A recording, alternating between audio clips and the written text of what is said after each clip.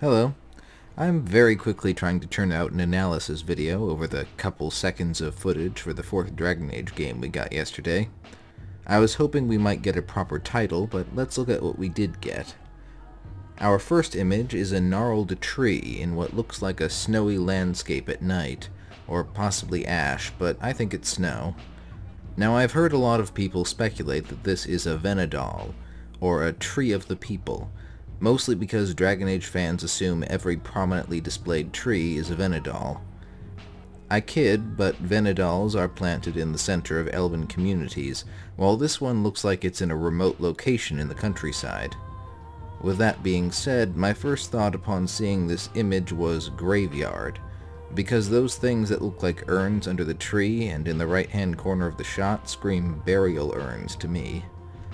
This could be some sort of elven burial site, but it's hard to say. It is a very pretty image, though. Just a quick addition, because I neglected to say this in my first look at this. It seems that there is some kind of growth on the left side of the tree that is glowing red, and we're about to see much more of that in the next shot. On to the next one.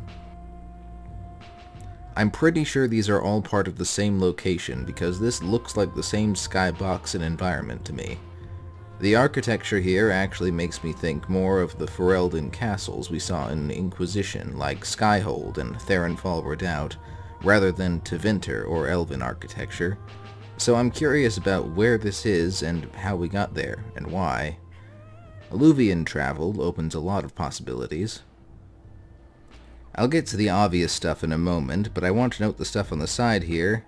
That looks very much like the kind of organic growth of the sort we would see accompanying Darkspawn in the Deep Roads.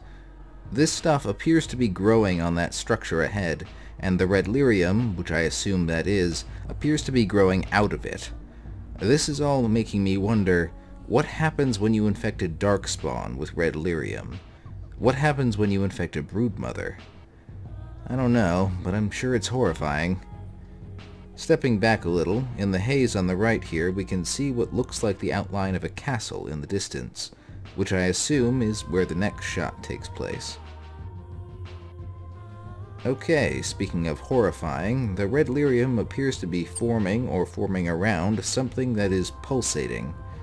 I can't see enough of the skybox to be sure, but this all still looks like the same sort of architecture and lighting to me.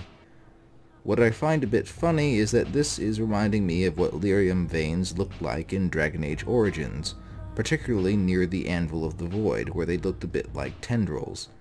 I don't think this is just an art style thing though, they definitely look like they're growing out of something organic.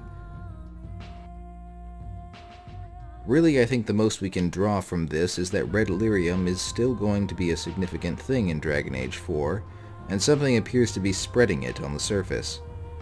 That's all in line with how prominent the red lyrium idol was in that original teaser.